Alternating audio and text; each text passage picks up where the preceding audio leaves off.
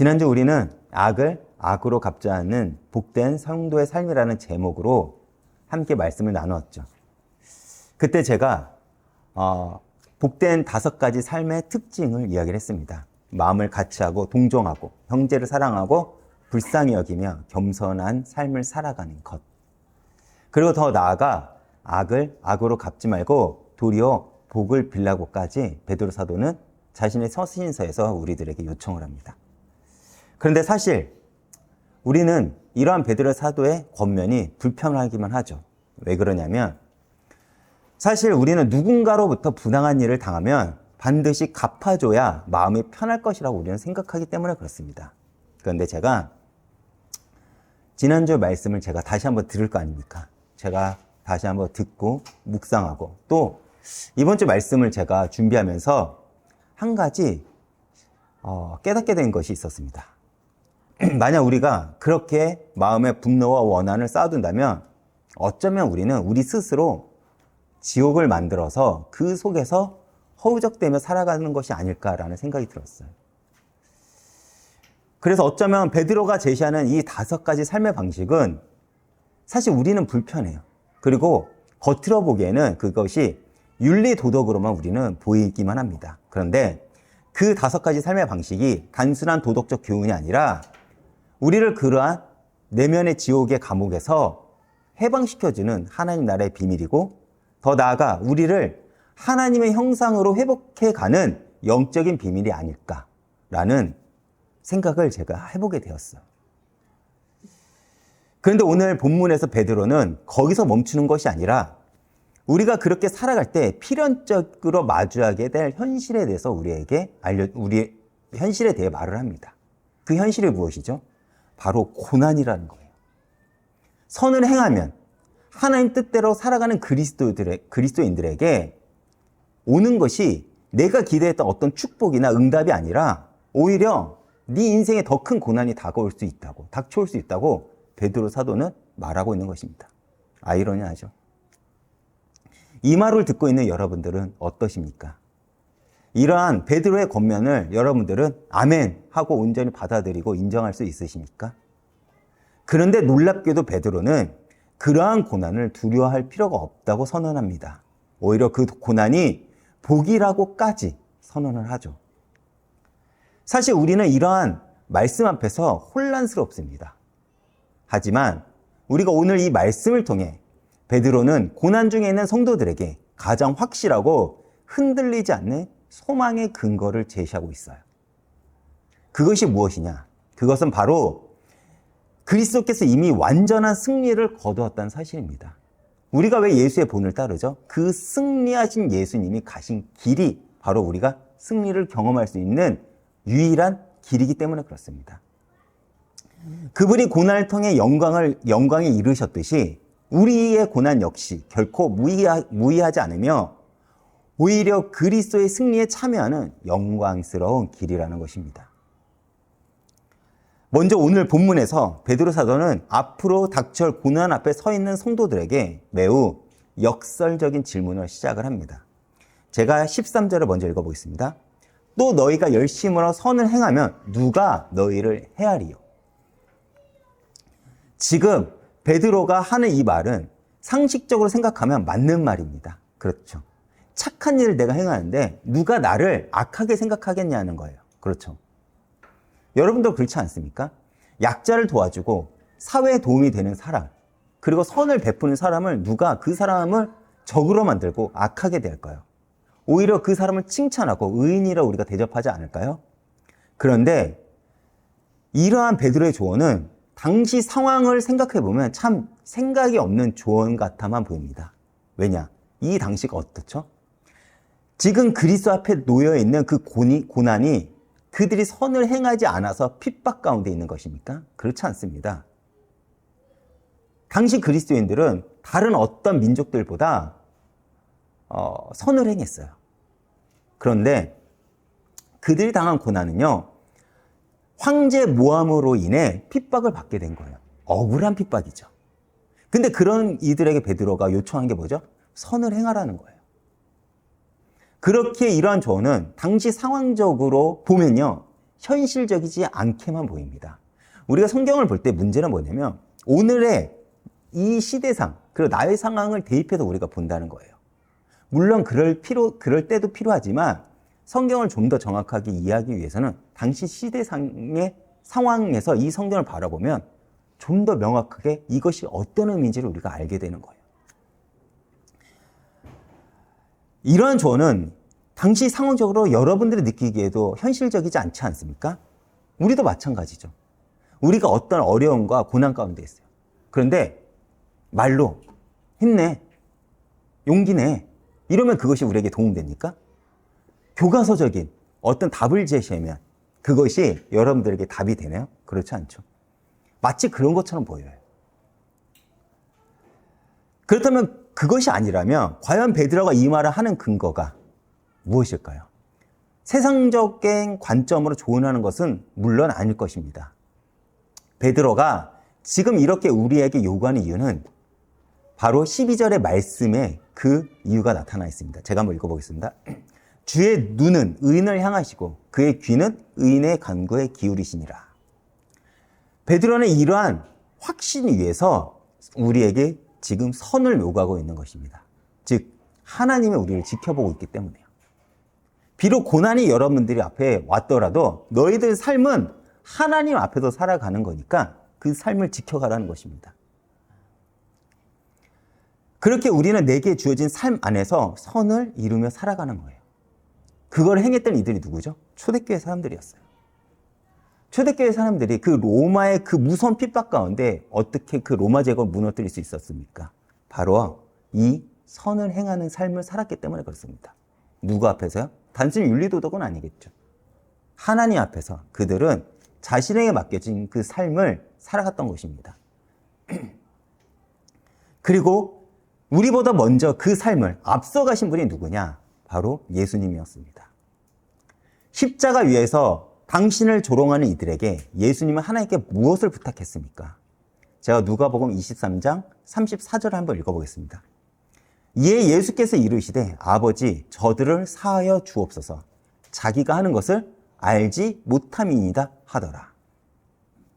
십자가는 당시 여러분들 잘 알다시피 최고의 형벌입니다. 수치스러운 형벌이죠. 죄인 중엔 죄인이 받는 형벌입니다. 근데 죄가 없으신 예수님께서 십자가에 달리셨어요. 분하지 않겠어요? 억울하지 않겠습니까? 정말 복수하고 싶지 않았겠어요? 그런데 예수님은 그들을, 자신을 못 박은 자들을 선으로 바라보시면서 하나님께 용서해달라고 부탁을 하십니다. 그리고 그 길을 우리에게 요청하시죠. 그 삶을요. 이런 예수님을 닮아가는 길은 쉽지 않습니다. 우리 힘으로는 안 됩니다. 능력으로도 안 되죠. 그렇기에 우리는 하나님의 약속을 확신으로 가질 때 비로소 하나님의 선이 내 삶에 드러나는 거예요. 비로소 할 수 있다는 거예요. 우리가 지금 시편을 새벽 예배 시간에 보죠. 시편이 우리에게 왜 위로가 되십니까? 그 시편 기자가 말한 게 무엇이죠? 왜 나는 이렇게 힘들게 삽니까? 악인은 저렇게 잘 사는데. 그러나 그들의 마지막 고백은 무엇이냐면 하나님께서 그 악을 갚아주실 것을 난 믿습니다. 그렇기 때문에 나는 하나님을 찬양할 수 있습니다. 라는 고백이 시편의 내용 아닙니까? 마찬가지예요. 하나님은 반드시 우리에게 승리와 부활을 약속했어요. 우리가 그 약속 위에 굳게 선다면 비록 우리가 지금 고난 가운데 있더라도 어려운 가운데 있더라도 우리는 넉넉하게 선을 이루며 살아갈 수 있을 거라는 것입니다. 그리고 우리가 또 왜 억울하지 않을 수 있습니까? 12절 후반에 나온 것처럼 내가 대신 갚지 않아도 주의 얼굴은 악행하는 자들 대하시느니라. 즉 하나님께서 대신 나의 억울함을 풀어주시고 대신 그 복수를 갚아주실 거라는 거예요. 그럼에도 베드로는 우리가 마주할 현실을 계속해서 외면하지 않고 언급하고 있습니다. 제가 14절을 한번 읽어보겠습니다. 그러나 의를 위하여 고난을 받으면 복 있는 자니 그들이 두려워하는 것을 두려워하지 말며 근심하지 말고. 여기서 우리가 주목할 것은 그러나라는 접속사입니다. 예수를 믿는 우리에게 하나님의 보호하심과 인도가 분명히 있습니다. 그렇다고 해서 그리스도인들이 고난을 완전히 면할 수 있다는 것은 아니라는 것이죠. 우리가 착각하는 것은 뭐냐면 예수를 믿으면 문제가 없고 사건이 없고 내 삶이 풍요와 안정과 안심으로 우리가 갈 수 있다는 거예요. 우리가 생각하는 착각입니다. 우리가 힘써 선을 행함에도 불구하고 억울한 일을 당할 때가 있고 핍박과 박해와 오해와 무시를 당할 때가 있다고 분명하게 베드로 사도는 우리에게 말하고 있는 것입니다. 다시 말해 창세기 3장에서 인간이 죄를 지은 이후 성경에서 일관되게 말하는 것이 무엇이냐? 이 땅에서는 의인이 의인 대접을 받지 못한다는 거예요. 우리의 상식과는 반대가 되죠. 우리의 신앙과는 반대가 됩니다. 그러나 성경은 계속해서 그 사실을 우리에게 언급하고 있습니다. 그 대표적인 인물이 바로 예수님이죠. 예수님은 의인으로 이 땅에 오셨습니다. 아무런 죄가 없으신 분이에요. 그러나 누구도 예수님을 알아보지 못하고 더 나아가 사람들의 그 모함과 그 질투로 인해 십자가의 길을 가셨습니다. 그렇다면 우리도 마찬가지겠죠. 그러한 예수님의 운명과 묶인 우리들 역시 예수님처럼 고난을 피할 수 없다는 것이 성도가 가지고 있는 영적인 운명이라는 거예요. 그런데 여기에서 놀라운 것은 베드로는 그러한 고난을요, 뭐라고 말합니까? 복이라고 말하고 있다는 것입니다. 그렇다면 이 복은 도대체 어떤 복이길래 고난이 우리에게 복이라고 말할 수 있는 것일까요?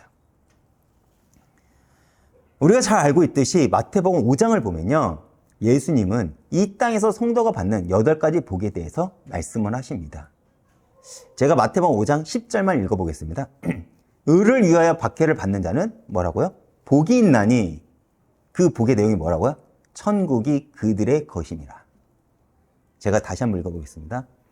의를 위하여 박해를 받는 자는 복이 있나니 천국이 그들의 것임이라. 지금 베드로는 예수님 이 말을 인용하면서 장차 하나님 나라에 속할 기대를 가지고 너희 앞에 주어질 고난을 너희가 견딘다면 영원한 하나님 나라의 축복과 영광을 소유하게 될 것이다 라고 확신을 가지고 말하고 있는 거죠. 그렇게 당장은 이해가 되지 않지만 분명하게 성경은 그런 우리들에게 복이 있음을 선언하고 있는 것입니다. 이것을 근거로 우리가 아는 것이 있어요. 우리가 왜 천국을 소유하지 못할까요? 우리는 의를 위하여 핍박당하는 것을 견디지 못하기 때문에 그렇습니다. 억울하죠. 분노하죠. 하나님을 원망합니다. 그리고 돌아서죠. 늘 우리가 예수를 경험하기 위해서는 그 자리까지 가봐야 안다는 것입니다. 우리가 얼마 전에 무명이라는 영화를 봤잖아요. 무명이라는 영화를 보면 그 이름도 빛도 없는 2명의 선교사가 우리나라에 와가지고 일본 선교사가 와서 복음을 전하고 제자들을 키우고 교회를 세웠습니다. 그들이 처음에 와서 선교를 할 때 가지고 있던 기대가 무엇이었을까요? 이 땅에 내 제자들이 퍼져서 대한민국에 교회가 수없이 많이 세워지고 정말 교회가 이렇게 부흥할 거다. 그것을 가지고 왔을까요? 그렇지 않습니다. 그들은 그런 기대를 가지고 온 것이 아니라 내게 주어진 한 영혼에게 내가 복음을 전하고 내가 할 수 있는 일 해야겠다 라고 마음을 가지고 왔습니다. 그런데 거기까지 가보니 그들이 목격한 게 무엇입니까? 바로 하나님께서 대한민국 땅의 부흥을 경험시켜줬다는 거예요. 거기까지 했다니. 우리도 마찬가지겠죠. 지금은 이해가 되지 않습니다. 억울하죠. 분노하죠. 그러나 그것이 우리가 하나님의 영광에 이르는 복, 내가 천국을 소유하는 그 복임을 안다면 우리는 현실을 조금은 버틸 수 있지 않을까라는 생각을 해보게 됩니다. 그렇다면 왜 의를 위한 고난이 복일까요? 첫째로 의를 위한 고난은 우리가 그리스도와 운명을 함께하고 있다는 증거가 되기 때문에 그렇습니다. 우리 주님도 의로우셨지만 고난을 받으셨습니다. 그렇기에 앞서 제가 이야기를 했듯이 예수와 묶이는 우리들 역시 십자가의 운명을 반드시 겪게 된다는 거예요. 피할 수 없는 것이 성도의 운명이라는 것입니다. 그러나 우리가 기쁘게 그 십자가의 길을 넉넉하게 갈 수 있는 이유는 무엇일까요? 그 십자가가 부활과 이어졌음을 알기 때문에 그렇습니다. 우리가 부활을 경험하기 위해서는 십자가를 통과해야 된다는 거예요. 이보다 더 큰 영광과 복이 어디 있겠습니까? 그리고 두 번째 이유는 우리는 고난을 통해 그리스도의 성품을 더욱 닮아가게 되기 때문에 그렇습니다. 로마서 5장 3절에서 4절에 바울 사도도 이렇게 말하고 있습니다. 환난 중에서도 즐거워하니 환난은 인내를, 인내는 연단을, 연단은 소망을 이루는 줄을 알미로다. 즉, 우리는 고난을 통해 예수를 닮아가며 그렇게 예수를 닮은 우리의 삶은요, 세상에서 예수를 증거하게 될 거예요. 아무리 세상에서 교회를 지금 욕하고 있고, 아무리 세상에서 교회를 조롱하고 있더라도 정말 우리가 예수를 닮아가는 그 삶을 살아간다면 우리를 바라보는 이들은요, 예수를 욕하지 못할 거예요. 그렇죠.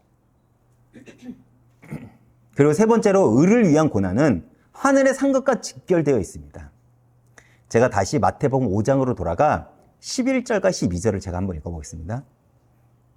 나로 말미암아 너희를 욕하고 박해하고 거짓으로 너희를 거슬러 모든 악한 말을 할 때에는 너희에게 복이 있나니 기뻐하고 즐거워하라. 하늘에서 너희의 상이 크니라. 너희 전에 있던 선지자들도 이같이 박해하였느니라. 여기서 예수님은 제자들이 고난을 받는 이유가 나로 인하여 라고 언급하고 있어요. 즉, 우리가 생각하는 의로운 삶이 뭐냐라고 말하면요, 바로 예수님을 닮아가는 것, 예수님을 쫓아가는 것, 예수님을 소유하는 것이라고 예수님은 직접적으로 언급하고 있는 것입니다. 동시에 제자들이 의로 가득 차지 않고는 예수님을 따라갈 수 없음을 알게 하는 것이죠. 즉, 우리가 이 땅에서 고난을 통해 받는 최종적인 복은요, 우리가 예수님을 닮아 예수님을 소유함으로, 예수님을 쫓아감으로 이 땅에서 예수님의 사역을 할 수 있게 되었다는 것입니다. 그렇게 우리는 천국이 이미 보장된 삶을 나중에 누리는 것이 아니라 내가 이 땅에서 예수님을 닮아서 예수님의 사역을 함으로써 누릴 수 있다는 거예요. 그렇기에 베드로 사도는 그들이 두려워하는 것을 두려워하거나 근심하지 말라고 우리를 위로해 주시죠. 두려움은요, 사단의 통로가 되는 것 같습니다. 사단은 우리가 무엇을 무서워하고 무엇 때문에 무너지는지를 너무나도 잘 알고 있는 것 같아요. 아까도 제가 서론에서 언급했듯이 우리가 스스로 왜 우리의 삶을 지옥으로 만들까요? 어쩌면 그 두려움 때문이 아닐까라는 생각을 하게 됩니다. 예수님을 믿는 가장 큰 응답과 증거가 바로 이러한 사단의 통로가 되는 두려움을 끊어내고 오히려 그 아픔과 두려움이 예수를 증거하는 도구가 되는 것이 아닐까라는 생각을 해보게 되었어요. 정말 성숙한 사람은 불신자라고 할지라도 내가 가지고 있는 상처를 원동력으로 삼아 세상에서 살아갑니다. 근데 미련한 사람은 어떤 특징을 가지고 있죠? 그 상처를 계속 곱씹으면서 내 삶을 스스로 망가뜨리는 것 같아요. 예수를 믿는 우리는 내가 주인이 아니에요. 내 삶의 주권자는 누구죠? 예수 그리스도십니다. 예수 그리스도는 분명하게 우리에게 승리를 선언했어요. 예수 그리스도는 분명하게 너희에게 너의 옛사람은 죽고 나의 생명이 너희 안에 들어갔다고 우리에게 자신 있게 말하고 있습니다. 근데 우리는 그러한 예수님의 외침에는 귀를 닫고 우리 스스로의 상처에 매몰되어 우리가 스스로 지옥을 만들면서 그 안에서 허우적거리면서 하나님을 원망하고 있지 않는가, 우리 스스로를 한번 돌아볼 수 있어야 될 것 같습니다. 제가 이렇게 말하는 이유는 이 말이 사실 저를 향한 말이기 때문에 그래요. 제가 그동안 왜 이렇게 낙심하고 좌절하고 스스로를 비관하고 스스로를 이렇게 살아왔는지를 돌아보니 저 스스로가 그렇게 살아왔더라고요. 그런데 제가 예수를 믿고 그 삶의 과정을 견디면서 오히려 그 아픔이, 그 상처가, 그 두려움이 나의 자랑이 되는 때가 있더라고요. 그래서 사도 바울은 고린도후서 12장 10절에 그러므로 내가 그리스도를 위하여 약한 것들과 능욕과 궁핍과 박해와 공고를 뭐라고요? 기뻐하노니 이는 내가 약한 그때 강함이라 라고 말한 것입니다. 여러분들 아픔이 있으십니까? 두려움이 있으십니까? 억울함이 있으십니까? 환난이 있으십니까? 기뻐하시길 바랍니다. 그것이 여러분들이 예수를 증거하는 가장 좋은 도구가 되기 때문에 그렇습니다. 계속해서 15절 제가 한번 읽어보겠습니다. 너희 마음에 그리스도를 주로 삼아 거룩하게 하고 너희 속에 있는 소망에 관한 이유를 묻는 자에게 대답할 것을 항상 준비하라. 온유와 두려움을 하고. 계속해서 베드로는 고난 앞에 두려워하지 말라고 하면서 무엇을 요구하죠? 말라고 하면서 그 비결을 제시합니다. 그것이 무엇이냐? 너희 마음에 그리스도를 주로 삼아 거룩하게 하라고 얘기를 해요. 이것이 우리가 이 땅을 살아가면서 두려워하지 않는 비밀이라고 합니다. 여기서 거룩하게 하고 라고 번역된 헬라어 아기 아사테는 정확하게 우리가 번역을 하면 이렇게 번역할 수 있어요. 거룩한 분으로, 그러니까 그리스도를 거룩한 분으로 인정하라. 이것이 좀 더 정확한 번역입니다. 즉 그리스도의 주권을 완전하게 인정하는 것, 이것이 우리가 두려움에서 벗어날 수 있는 비결이라는 거예요. 우리는 우리의 힘과 능력으로 내게 몰려드는 두려움을 이겨낼 수 없습니다. 어떤 강한 이들도요, 불현듯 닥치는 두려움을 이겨낼 수 없다는 것이죠. 많은 이들이 자신의 힘으로 이겨보려고는 하지만 결국 실패하고 무너집니다. 그렇게 성공했던 이들이 왜 두려움 속에 무너집니까? 왜 공허하고 왜 허탈해합니까? 내 힘으로 열심히 살아보려고 했기 때문에 그래요. 그런데 기독교의 위대함은 여기서 드러나요. 성경은 너의 힘으로, 너의 열심으로, 너의 노력으로 두려움을 이겨내라고 우리에게 말하지 않아요. 예수님은 마태복음 11장 28절에 우리에게 뭐라고 말씀하시죠? 수고하고 무거운 짐진 자들아 다 내게 오라. 내가 너희를 쉬게 하리라. 라고 우리에게 말해요. 우리가 수고하고 무거운 짐을 주님께 맡긴다는 것은 주님의 주권을 인정한다는 것이고, 그때 비로소 우리는 두려움을 이겨낼 수 있다는 거예요. 여러분, 환난이 와야 내 안에 무엇이 들어있는지가 드러납니다. 내 실력이요, 시험이라는 그 학생들에게 환난이 있어야 그 학생들의 실력이 드러나죠. 베드로는 이것을 경험했어요. 그는 예수님을 3번이나 부인했던 연약한 자였습니다. 그러나 부활하신 주님을 만나고 그는 완전히 달라졌습니다. 주님을 의지했고 주님께 자신의 삶을 맡겼습니다. 그렇게 더 이상 사람들을 두려워하지 않았고 오히려 자신을 핍박하는 자들 앞에서 담대하게 복음을 증거할 수 있었고, 베드로 역시 예수님께서 걸어가신 것처럼 십자가의 길을 걸어갈 수 있었던 것입니다. 베드로가 그렇게 할 수 있었던 이유는 바로 마음속에서 그리스도를 주를 삼아 거룩하게 하는 것. 다시 말해 주님을 온전히 인정했다는 것입니다. 우리 역시 현재 나를 짓누르는 두려움에서 벗어나기 위해서는 단지 지적으로 아멘, 내가 예수님을 지적으로 인정합니다가 아니라, 동의합니다가 아니라 하나님의 주권을 온전히 인정하며 나의 삶을 맡기는 것. 여기서부터 우리의 삶은 시작이 되어야 돼요. 그리고 베드로는 이어서 중요한 말을 우리에게 하죠. 너희 속에 있는 소망에 관한 이유를 묻는 자에게 대답을 할 것을 항상 준비해야 돼. 우리가 고난 속에서 원망하지 않고 믿음으로 견뎌낼 때 다른 이들이 우리를 주목한다는 겁니다. 무너지고 낙심하는 것이 맞는데 무너지지 않는 힘은 어디서나 궁금하게 된다는 거예요. 그것이 내 삶으로 복음을 증거한다는 것입니다. 그런데 현재 우리의 문제는 무엇입니까? 사실 누군가 우리를 보면서 그렇게 묻는 이들이 없다는 거예요. 왜냐하면 예수를 믿는 삶이 세상 사람들과 크게 다르지 않기 때문에 우리의 삶을 주목하는 이들이 없다는 것입니다. 제가 요즘 뉴스를 보면서 가장 가슴 아픈 뉴스가 뭐냐라고 하면 기독교의 타락입니다. 세상에서 그러면 그런다 칩시다. 그래, 세상은 죄로 물드니까, 하나님을 모르니까 그런다 칩시다. 근데 교회 안에서 혐오가 나오고 그 혐오가 너무 쉽게 등장해요. 저는 그 사실을 볼 때 맛을 잃어버렸구나라는 생각이 듭니다. 그렇다면 우리는 그렇게 하지 않아야겠죠. 오늘 베드로 사도가 말한 것처럼 우리는 우리의 삶으로 예수를 소개할 수 있어야 됩니다. 그 삶이 쉽지 않아요. 그 삶은 착하라가 아닙니다. 하나님의 주권을 인정하라입니다. 내 시야를, 내 시선을 하나님께 두라는 것이에요. 하나님을 닮아가기 애쓰라는 것입니다. 억지로 내가 누군가를 배려하고 너 그렇게 하라는 것이 아니라 너가 예수를 닮아가기 위해서 몸부림을 친다면 누군가가 너의 삶을 주목할 거라는 것입니다. 즉 우리는 많은 이들이 예수를 믿는다고 하지만 여전히 내 삶의 주도권을 내가 쥐고 세상과 같은 고민을 하며 세상과 같은 방법으로 이 땅을 살아가려고 합니다.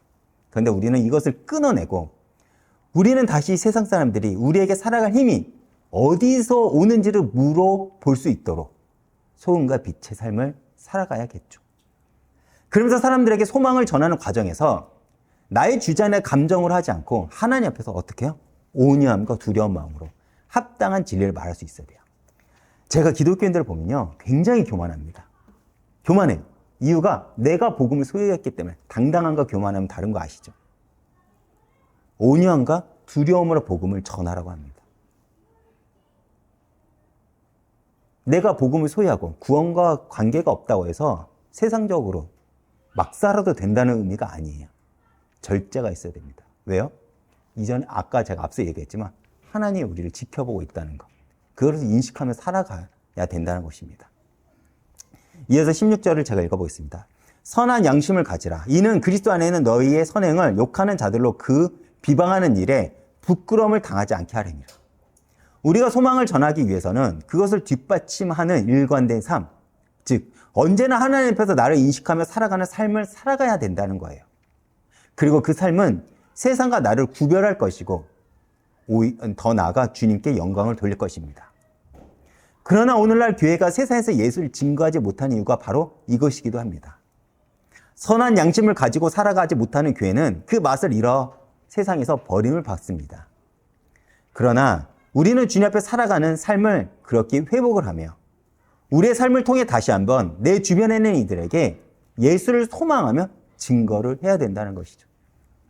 우리의 양심에 자책할 것이 없으면 고난 앞에서도 우리는 담대할 수 있습니다. 항상 정결하고 깨끗한 양심을 가진다면 고난 앞에서 우리는 담대할 수 있다는 거예요. 여기서 주목할 점은 그리스도 안에 있는 너희의 선행. 우리의 선한 삶은 우리의 자신의 능력이나 의지로 되는 것이 아니 오직 그리스도 안에서 그리고 그리스도 영이 우리 안에 역사하실 때 비로소 가능하다고 베드로 사도는 우리에게 말하고 있는 것입니다. 그리고 18절부터 베드로는 우리가 고난 중에서도 소망을 가질 수 있는 궁극적인 근거를 제시합니다. 제가 18절 한번 읽어보겠습니다. 그리스도께서 단번에 죄를 위하여 죽으사 의인으로는 불의한 자를 대신하셨으니 이는 우리를 하나님 앞으로 인도하심이라. 베드로는 다시 십자가로 돌아갑니다. 의로 인하여 열심히 선을 행하고 고난을 당하는 것이 복이라는 것을 가장 잘 보여준 사람이 우리 주 예수 그리스도이시기 때문에 그렇습니다. 예수님의 공생의 삶은 하나님의 의를 증거했고 하나님의 의를 행했지만 예수님의 그 삶의 종착지는 십자가였습니다. 그러나 오히려 우리 주님께서 지신 그 십자가는 우리의 모든 죄를 감당하셨고 우리를 용서하시는 능력뿐만 아니라 하나님의 자녀가 되게 하는 구원의 능력이었다는 것을 기억하시길 바랍니다. 그래서 예수께서 한 번 달리신 그 십자가 덕분에 우리는 하나님 앞에 담대히 나아갈 수 있게 된 것입니다. 누구든 그 십자가의 공로를 입지 않고는 하나님 앞에 나아갈 수 있는 이는 없습니다. 우리는 죄인이며 멸망당해야 될 존재예요. 그러나 우리가 구원을 받고 하나님 자녀가 된 것은 오로지 예수님께서 십자가의 길을 가신 덕분입니다. 그리고 그 목적은 분명하죠. 뭐죠? 우리를 하나님 앞으로 인도하려 하심이라. 이것이 목적입니다. 그리스도의 구원 사역이 없었다면 우리에겐 소망이 없었을 것이고 두려움에 떨며 계속 살아갔을 것입니다. 왜냐? 죄는 우리와 하나님의 관계를 단절했을 뿐만 아니라 반드시 그 죄에 심판이 있기 때문에 그렇습니다. 그러나 그리스도의 구원의 사역으로 인해 우리는 하나님과의 관계를 회복할 뿐만 아니라 심판이 아닌 이제는요, 소망을 품고 살아가는 존재가 되었기 때문에 그렇습니다. 이어 제가 19절 읽어보겠습니다. 그가 또한 영으로 가서 옥에 있는 영들에게 선포하신다. 어려운 말이죠. 베드로가 다소 어려운 말을 합니다. 쉽게 설명하면 이거예요. 사단이, 세상이 예수님을 십자가에 몰아넣음으로 자신들이 승리했다고 그들은 여겼어요. 생각을 했습니다. 그러나 오히려 그 사건이 오히려 예수님의 죽음은 옥에 있는, 이 옥은 아마 지옥으로 가리키겠죠. 옥에 있는 영들에게 예수께서 부활하셨음을 선포하는 그 위대한 사건이 되었다는 것입니다. 죽은 이들에게, 사망에 묶인 이들에게 생명이 있음을 선언하는 사건이 바로 십자가 사건이라는 것입니다. 그렇게 우리가 구원받은 이 사실은 하나님뿐만 아니라 사단도 아는 것이고 세상도 아는 것이고, 그렇게 사단은 두려움을 통해 계속해서 우리를 공격하며 구원의 확신을 흔들려고 하는 거예요. 그 흔드는 상황과 문제와 사건을 통해 이 사단이라는 존재가 너희의 구원의 확신을 흔들 것이니까 너희들은 그것에 흔들리지 말라고 이 어려운 말을 지금 베드로 사도는 말하고 있는 것입니다. 이러한 영적 사실을 언급하면서 우리에게 너희가 꼭 닥쳐올 고난 앞에 서 있지만 너희가 구원받았다는 것은 흔들리지 않는 진실이니 확정된 것이니 흔들리지 말라고 권면하는 것이죠. 그리고 이어 베드로는 노아의 홍수 사건을 언급하며 우리의 고난이 어떻게 구원과 연결되고 있는지를 다시 한번 설명합니다. 제가 읽어보겠습니다. 그들은 전에 노아의 날 방주를 준비할 동안 하나님이 오래 찾고 기다리실 때 복종하지 아니하던 자들이라. 방주에서 물로 말미암아 구원을 얻은 자가 몇 명뿐이니 겨우 8명이라.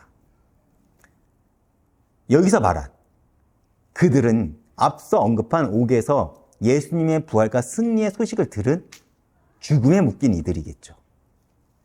베드로는 노아 시대 때 물로 멸망당한 사람들이 하나님께 불순종을 하다가 심판받은 사람들의 대표적인 모습이기 때문에 이들을 언급하면서 하나님의 구원에 대해서 설명을 하고 있는 것입니다. 즉, 하나님은 그리스도의 영을 노아 홍수를 통해 홍수 이전 세대에서도 선포를 하셨다는 거예요. 그리고 그들이 돌아오기를 오래 참고 기다리셨습니다. 그러나 결국 그들은 여호와께서 사람의 죄악이 세상에 가득한가 그의 마음으로 생각하는 모든 계획이 항상 악한 뿐임을 보시고 사람을 지었음을 한탄하시며 심판을 하시죠. 그러나 하나님께 순종하며 방주에 들어간 노아와 그의 가족은 심판, 곧 홍수에 의해 악한 세대에서 구원을 받게 됩니다. 그들의 순종의 기간은 굉장히 오랜 기간 동안 순종을 했어요. 오랜 시간 동안 조롱을 받고 오랜 시간 동안 사람들에게 핍박을 받았을 것입니다. 그러나 그들이 견딘 고난은요, 구원과 연결이 되었다는 거예요. 여러분, 어떻게 의인과 악인이 구별됩니까? 바로 고난을 통해서 구별됩니다. 이렇게 교회에서 많은 사람들이 함께 예배를 드리지만 고난이 빵 온다, 갈라진다는 거예요. 우리나라 100년 전에 우리나라에 복음이 선포가 됐습니다. 언제 진짜와 가짜가 갈라진지 아십니까? 신사참배예요, 기준이. 그렇죠? 신사참배라는 기준을 통해서 진짜 교인과 가짜 교인이 갈라졌습니다. 노아는 오랜 기간 동안 방주를 만들었습니다. 세상적인 관점으로 보면 그 오랜 시간 겪었던 조롱과 고난은 어쩌면 우리들이 현재 마주한 고난과 비교할 수 없을 정도로 어려웠을 거예요. 그러나 그 과정 속에서 노아는 더욱 하나님을 신뢰하게 되었고 홍수가 오자 그들은 기꺼이 예수로 상징되는 방주 안으로 들어가 구원을 얻게 된 것입니다. 우리도 마찬가지겠죠, 그렇다면. 우리가 당하는 그 고난을 우리가 말씀을 붙잡고 오랜 시간 견딘다면 우리 역시 예수 안에서 구원을 경험하게 될 거라는 것입니다. 결론입니다.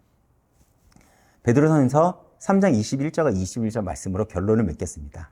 먼저 21절 읽어보겠습니다. 물은 예수 그리스도께서 부활하심을 말미암아 이제 너희를 구원하는 표니 곧 세례라. 이는 육체의 더러운 것으로 제하여 버림을 받은 것, 버림이 아니요 하나님을 향한 선한 양심의 강군이라. 여러분, 우리가 받은 세례는 무엇입니까? 바로 그리스도의 부활에 근거한 구원의 표입니다. 우리는 세례를 통해 옛사람이 죽고 새 사람으로 거듭난 자들이.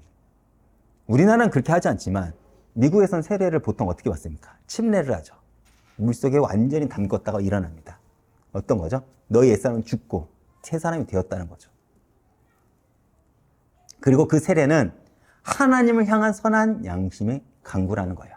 즉, 우리가 이제 예수를 믿겠다 결단하고 고백하는 것은 어떤 의미냐? 나는 이제 하나님 앞에서 선한 양심을 살겠다고 서약했다는 의미입니다. 언약을 맺었다는 거예요. 이것이 우리가 고난 중에서도 흔들리지 않고 의를 행할 수 있는 근거입니다. 우리는 이미 그리스도의 죽음과 부활에 연합된 자들입니다. 즉, 우리의 정체성은 환경에 달린 것이 아니라 그리스도 안에서 확정된 거라는 거예요. 그리고 22절을 제가 읽어보겠습니다. 그는 하늘에 오르사 하나님 우편에 계시는 천사들과 권세들과 능력이니 능력들이 그에게 복종하느니라. 이것이 우리가 의지할 수 있는 최종적인 확신입니다. 우리 주 예수 그리스도는 지금 하나님 우편에 앉아 계시죠. 모든 천사들과 권세들과 능력들이 지금 누구한테 복종한다고요? 우리 주 예수 그리스도께 복종한다고 이야기를 합니다. 그래서 우리를 괴롭히는 그 어떤 세력도, 우리에게 고난을 주는 그 어떤 권세도 이미 그리스도 발 아래 굴복되었다는 거예요. 이미 내가 믿는 우리 주님이 만유의 주가 되시는 분인데 우리가 무엇을 두려워할 수 있겠습니까? 앞서 제가 언급했지만 많은 경우 우리는 스스로 그 두려움에 갇혀 그 속에서 지옥과 같은 삶을 살아갈 때가 굉장히 많아요. 그러나 우리가 승리하신 왕의 백성임을 안다면 우리는 그 지옥과 같은 삶에 빠져나와 참된 자유와 승리를 경험하게 될 거예요. 왜 그렇죠? 우리는 패배한 군대의 포로가 아니라 이미 모든 원수를 발 아래 굴복시킨 그리스도의 군사이기 때문에 그렇습니다. 그렇게 선한 양심으로 의를 행하다가 고난을 받는다면 어렵겠지만 오히려 복으로 여기시길 바라겠습니다. 그리고 그것을 지금 내 삶에 적용시키는 방법이 하나 있어요. 그것이 뭐냐? 감사하는 거예요. 감사. 힘들죠? 저도 힘듭니다. 제가 이번 주 사모님하고 이야기를 한 적 있어요. 변하지 않는 상황, 계속 밀려드는 경제적 불안함, 그리고 여러 가지 상황이 저를 너무 괴롭게 하더라고요. 그것 때문에 저 스스로 많이 하고 있다가 제가 사모님하고 얘기를 하다 이렇게 말했습니다. 나는 이제 죽어라 감사를 노력할 거야. 진짜 억지로라도 그 감사를 계속할 거야. 라고 제가 얘기를 했습니다. 왜냐? 빠져나오고 싶더라고요. 그 상황에서요. 그래서 이렇게 말했습니다. 너무 우리 억울해하지 말자. 하나님이 각자에게 주신 달란트와 재능이 달라.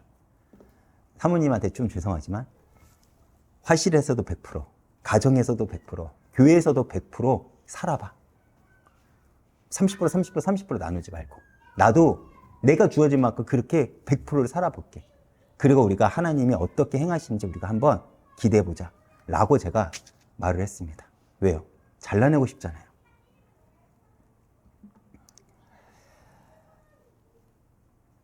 즉 어떻게든 감사를 하는 싸움에서 지지 말아야겠다. 그 다짐을 이번 주에 하게 되었습니다. 그리고 여전히 부족하지만 하나님 앞에 내게 주어진 삶을 최대한 살아가자입니다. 100%요.